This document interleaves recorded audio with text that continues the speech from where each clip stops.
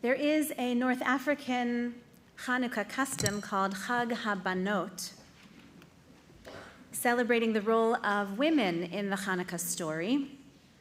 On the seventh night of Hanukkah, Rosh Chodesh Tevet, there is a special ceremony and honoring for the women in our families. And Rabbi Bereshel will be offering a Chag HaBanot teaching and celebration this seventh night of Hanukkah. Last year, I pointed out who were some of these women of the Hanukkah story, Judith and Hannah. And we know about Judah and his brothers, but according to legend, he also had a sister, and that she was the one who was responsible for igniting the revolt against the Assyrian Greeks. Many of you have been asking me about my time in Israel last week. It was three days that felt like 3 weeks or 3 months, and I'm still unpacking it. So I'll share one thing that I wasn't expecting. I saw a lot that I was anticipating, but one thing that I didn't realize is how the women of Israel are really holding the country together right now. And I want to share some of the anecdotes and the stories that I heard and what I witnessed.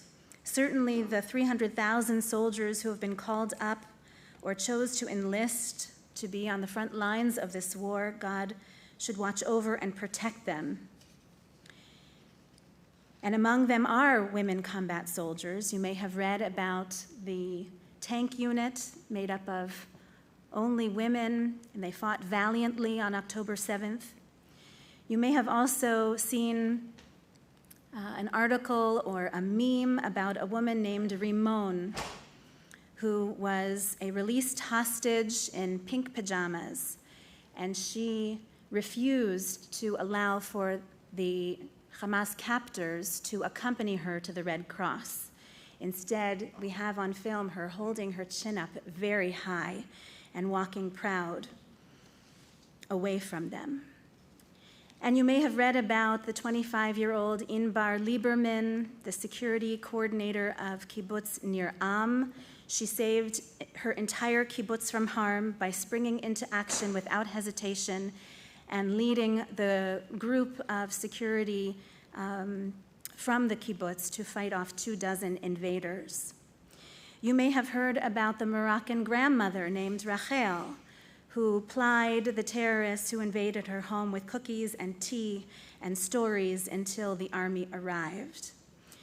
And more recently, feminists from all over the planet, men and women, have taken up their voices to demand better of the UN. And because there are children in the room, I'll just leave it at that. But what I realized when I was in Israel last week is that the women of Israel are holding the country together by sheer force of will. Many are in service, yes. Those who are home are working to be the primary earners, some of them working multiple jobs. They are volunteering in countless ways for their communities and their neighborhoods and their families. And of course, they're caring for their children and for the aging parents. So I had a chance to hear from 3 women, all rabbis, telling what they were experiencing now. And I was so moved by the stories that I'd like to share a few of them with you now. One of them told us that her father served and fell in the Golan Heights in the Yom Kippur War, and she was 10 months old. And she said her whole life, his loss influenced her, and she grieved for him until this past Yom Kippur was the 50th anniversary, of course.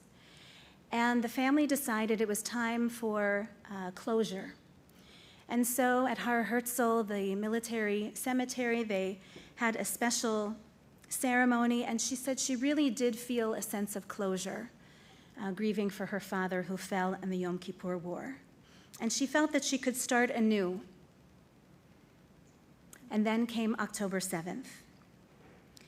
And she realized that 50 years later, God help us, we seem to be in the same place. She says, 4 out of my 5 children are in the army.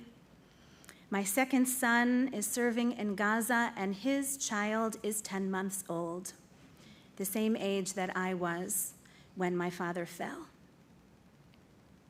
She says most of the time, no news is good news, she tells herself. She needs to live, and yet she finds she's always looking out the window for a car to pull up, and God forbid someone to come and knock at the door.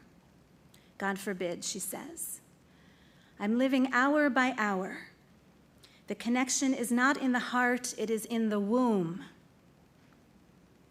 And I pray to my Father. I tell him, you left me 50 years ago. Do not leave my son now. Stay with him and bring him home to me. And she says this isn't really even her theology. She doesn't even believe it works like that. But she prays anyway. She says, I believe we are fighting against evil that we cannot live with. I believe that this war is necessary, but the personal price is very high, and I just simply wish it wasn't my son in Gaza. And so, she said, for me to bring back to you, I need you all to breathe for me, because I cannot breathe by myself right now. And pray for Noam Yovel Michaeli. A second woman who shared some of her story with us is a younger mom with 3 young children, and her husband is a reserve commander, which means he has many heavy responsibilities in deciding what will be the responsibilities of the younger soldiers under his watch. And he was for 5 weeks in Gaza without any visiting to the family. She said he didn't take his boots off for 5 weeks. But on his birthday, she said most soldiers don't have cell phones, and she didn't think he had his cell phone either. But because he's a high-ranked commander, it turns out that he did have his cell phone, and on his birthday, he went to the top of a building and got reception. Most of the time, there was no reception. And he snapped a picture of himself with Gaza in ruins behind him, and he sent it to the family. And when the picture came through and her sons saw it, they said to her, "You didn't tell us he was in Gaza." And the 2 younger ones worked it out. The middle one told the little one, "Don't worry, he's only guarding the soldiers. He's not fighting because Mom told him not to. And he would never do anything that Mom told him not to do." And they just accepted that, and they carried on with their play. And that's how they compartmentalized what they saw. But the older one, all of 10 years old, was very angry and said to his mother, "I'm supposed to help you. How am I supposed to help you if you don't tell me the truth?" And so they came to a pact that from now on, she would share more with him.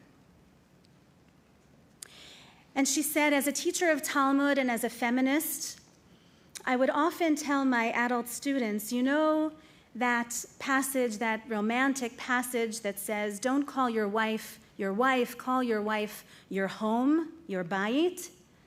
She said, I always rejected that story. I hated that story. And now I realize I am that story. I am his home. And I need to do everything I can to keep him strong and focused now. I tell him to dream of the day when we'll go away for a month to the seaside.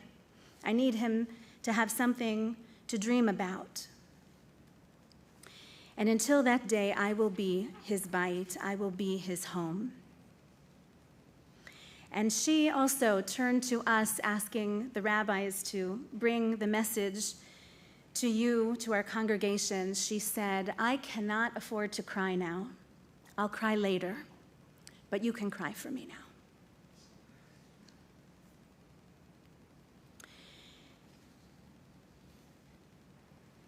We lit 2 candles tonight. One for Israel, one for diaspora Jewry. Both struggling, both disoriented, both trying to find our way in the darkness. And so I'll conclude with a Hasidic story about one person who was lost in the woods. It grows dark, so she lights a torch. And she goes searching for the way out of the dark woods, and finally she sees off in the distance a flickering of another light. And whoever was carrying that light walked in her direction, she walked in his direction until they found one another. And the first said to the second, "Thank goodness I found you. Can you please show me the way out of this darkness? I'm afraid I do not know my way." And the other says, "I'm sorry, but I too am lost. But have no fear, for we will stick together now, and I will tell you the paths that I have already tried, and you will tell me the paths that you have already tried, and eventually, by process of elimination, we will find our way out of this darkness towards safety and security together again." Israel and diaspora Jewry are like these two in the dark woods. We've been walking different paths for too long. Tonight we hold each other up with a light, a candle, a torch. We hold it high so we can find one another and pledge to one another that we will stick together until we find our way through the darkness and into safety once again. Ken Yehi Ratzon.